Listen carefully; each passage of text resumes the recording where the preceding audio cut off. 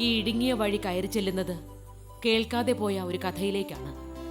മലയാള നാടക സിനിമാ വേദിക്ക് മറക്കാനാവാത്ത സംഭാവനകൾ നൽകിയ ഒരു കലാകാരിയുടെ അറിയപ്പെടാതെ പോയ ജീവിത കഥയിലേക്കാണ് യാത്ര. ഓർക്കുന്നുണ്ടോ ഈ മുഖം? ഇല്ല. കലാലോകം മറവിയുടെ മാറാപ്പിലേക്ക് ഒതുക്കി വെച്ച ഒരാളാണിത്. ഇത് കൊച്ചിനമ്മിണി.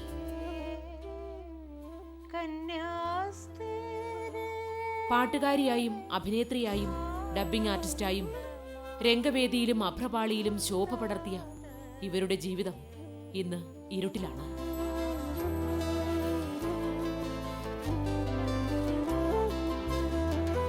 ഞാൻ ആരാണെന്ന് എനിക്ക് തന്നെ അറിഞ്ഞുകൂടാ. ഞാൻ എങ്ങനെ ഇങ്ങനെ ആയിരുന്നു എനിക്ക് അറിഞ്ഞുകൂടാ. അതല്ല അജ്ഞാതമാണ്. എൻ്റെ അപ്പൻ ഒരു പട്ടാളക്കാരനായിരുന്നു. എന്നെ വളർത്താൻ വേണ്ടി അങ്ങേര് രാജിവെച്ച് പട്ടാളത്തിൽ നിന്ന് പോരുമായിരുന്നു. പിന്നെ ഞങ്ങൾക്കൊരു ജീവിതമാർഗ്ഗം ഇല്ലായിരുന്നു. എനിക്കൊരു 13 വയസ്സുള്ളപ്പോഴാണ് ഞാൻ ഈ ഫീൽഡിലേക്ക് ഒറ്റ നാടകത്തിന് വരാൻ തുടങ്ങിയത്. 2ാം ക്ലാസ്സിൽ സെൻറ്റ് സെബാസ്റ്റ്യൻ ഹൈസ്കൂളിൽ ഞാനും യേശുദാസനും KJ യേശുദാസനും ഞാനും 2ാം ക്ലാസ് മുതൽ പഠിച്ചതാണ്. ചേട്ടൻ്റെ അനിയൻ്റെ പെമ്മക്കളുടെ മക്കളാണ് എൻ്റെ അപ്പനും ദാസൻ്റെ അപ്പച്ചനും. അതാണ് ഞങ്ങൾ തമ്മിലുള്ള ബന്ധം. അന്ന് ഞങ്ങൾ രണ്ടുപേരും സെൻറ്റ് സെബാസ്റ്റ്യനിൽ നിന്നാണ് പഠിക്കുന്നത്. അന്നും പാടുമായിരുന്നു. അപ്പോൾ ഈ കൊച്ചിയിലൊരു ഏർപ്പാടുണ്ട്, വണക്കമാസ കടശി. ഈ വണക്കമാസ കടശിക്ക് പൈസ ഉള്ളവർ അന്ന് കച്ചേരിയും അതും ഇതുമെല്ലാം നടത്തും. അപ്പം ഞങ്ങൾക്ക് അതിനുള്ള കഴിവില്ല. കൊച്ചാപ്പ എന്നാണ് യേശുദാസൻ്റെ അപ്പനെ അഗസ്റ്റിൻ ജോസഫിനെ ഞാൻ വിളിക്കുന്നത്. അപ്പോൾ ഈ വണക്കമാസ കടശിക്ക് കുടുംബക്കാരെല്ലാവരും കൂടെ കൂടാറുണ്ട്. അങ്ങനെ എല്ലാ വർഷവും ഞാനും എൻ്റെ അപ്പനും മാത്രം അവിടെ പോകും.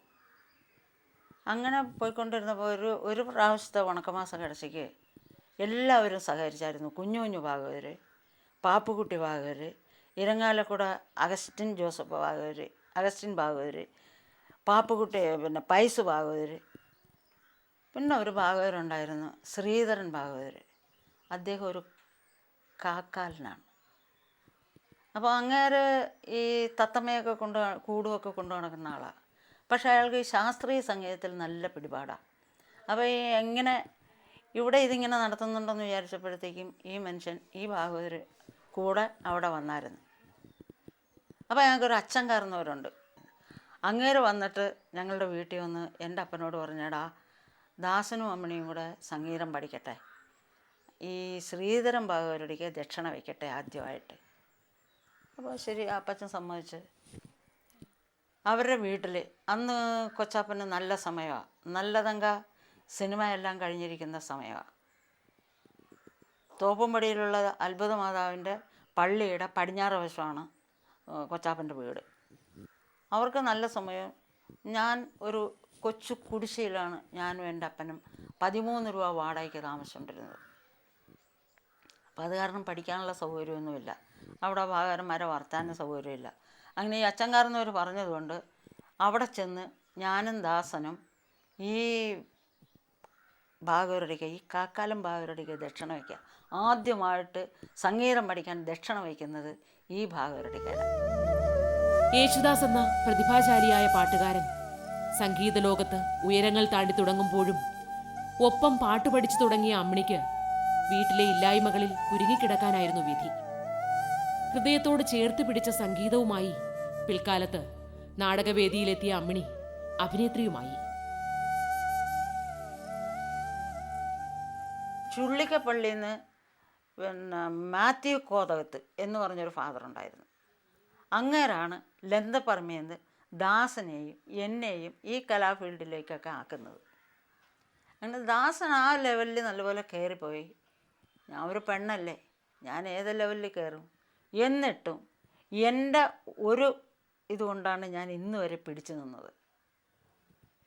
4.5 ക്ലാസ് വരെ സെൻറ്റ് സെബാസ്റ്റ്യനിൽ പഠിച്ചു. അത് കഴിഞ്ഞ് ഞാൻ തോപ്പുംപടി അത്ഭുത മാതാവിൻ്റെ കോൺവെൻറ്റിലാണ് പിന്നെ പഠിച്ചത്. ദാസൻ തൃപ്പൂണിത്തറയിലൊക്കെ പഠിച്ച് അതങ്ങനെ പോയി. ഞാൻ ഈ ലെവലിൽ പോന്നു. പിന്നെ എൻ്റെ ജീവിതം എന്തായി? അമ്മിണിക്ക് ജീവിതമെന്നും സഹന സമരങ്ങളുടേതായിരുന്നു. കുട്ടിക്കാലത്ത് കൂടെ പിറപ്പായി ഒപ്പമുണ്ടായത് ദാരിദ്ര്യമാണ്. കഷ്ടപ്പാടിനെ മറികടക്കാൻ കലാരംഗത്തെത്തിയതാണിവർ. പാട്ടുകാരിയും അഭിനേത്രിയുമായി ഇരട്ട വേഷത്തിലായിരുന്നു നാടകത്തിലെ തുടക്കം. അതും കേരളത്തിലെ അതിപ്രശസ്തമായ നാടക ട്രൂപ്പിലെ മുഖ്യ വേഷക്കാരിൽ ഒരാളായി. ആദ്യ നാടകത്തിന്റെ പേര് പോലെ തന്നെയായി അമ്മിണിയുടെ ഇതുവരെയുള്ള ജീവിതവും. ആദ്യം ഞാൻ ഒരു ജീവിത മത്സരം എന്ന നാടകത്തിൽ അഭിനയിച്ചുകൊണ്ട് ജീവിത മത്സരമാണ് ഞാൻ ഇന്നും നടത്തിക്കൊണ്ടിരിക്കുന്നത്. ഒരു 13-14 വയസ്സുള്ളപ്പോഴാണ് കാളിദാസ കലാകേന്ദ്രത്തിലെ ഓമാധവൻ സഖാവും KPSലെ പോറ്റി സാറും കൂടെ KPSലേക്ക് വേണ്ടി എന്നെ വിളിക്കാൻ വരുന്നു. വിളിച്ചുകൊണ്ട് പോയി, നിങ്ങളെന്നെ കമ്മ്യൂണിസ്റ്റാക്കിയിലെ പാട്ടുകളെല്ലാം പഠിപ്പിച്ചു. അന്ന് സ്റ്റേജിൽ പാടി അഭിനയിക്കണമല്ലോ, ആ കൂട്ടത്തിൽ ഞാൻ പാടി സ്റ്റേജിൽ അഭിനയിച്ചിട്ടുള്ളതാണ്. അപ്പം ഞാൻ നാടകത്തിന് കയറുന്ന സാരിയൊന്നും ഉടുക്കാൻ അറിയാൻ പാടില്ല എനിക്ക്. അങ്ങനെയാണ് ഞാൻ സാരിയൊക്കെ ഉടുത്ത് നാടകത്തിന് കയറുന്നത്. പള്ളിയിൽ നിന്ന് അച്ഛന്മാർ പറഞ്ഞിരിക്കുന്ന കമ്മ്യൂണിസ്റ്റ് പാർട്ടി പോരുമെന്ന്. എന്തോ ചെയ്യും. ഒരു കുറച്ച് നാടകങ്ങൾക്ക് KPSൽ അഭിനയിച്ച് കഴിഞ്ഞപ്പോഴത്തേക്കും ചങ്ങനാശ്ശേരി ഗീതാക്കാർ ഒരു നാടകം അഭിനയിച്ചാൽ മതി, ഞങ്ങൾക്ക് അഭിനയിച്ച് തരണമെന്നും പറഞ്ഞ് എന്നെ ഒന്ന് വിളിച്ചു. അങ്ങനെ അവരുടെ നാടകത്തിന് ഞാൻ പോയി. നാടുണരുന്നു എന്ന നാടകമായിരുന്നു. അവിടെ ചെന്നപ്പോഴത്തേക്ക് എന്നെ ഒരു മുറിയിൽ കയറ്റി ഇരുത്തിയിട്ട് ചാച്ചപ്പൻ്റെ മാതാപിതാക്കൾ ഉപദേശിക്കുക, അവരെല്ലാവരും കൂടെ തുടങ്ങിയതാ, അതുകൊണ്ട് നീ ചതിക്കരുത്. അങ്ങനെ ഞാൻ ആലപ്പുഴ ബോട്ടിൽ ചങ്ങനാശ്ശേരിയിൽ നിന്ന് കയറിയിരുന്ന ഒരു കാർഡ് എഴുതി KPSലെ പോറ്റി സാറിനൊക്കെ ഇടുകയാണ്. ഞാൻ സഹകരിക്കുന്നില്ല.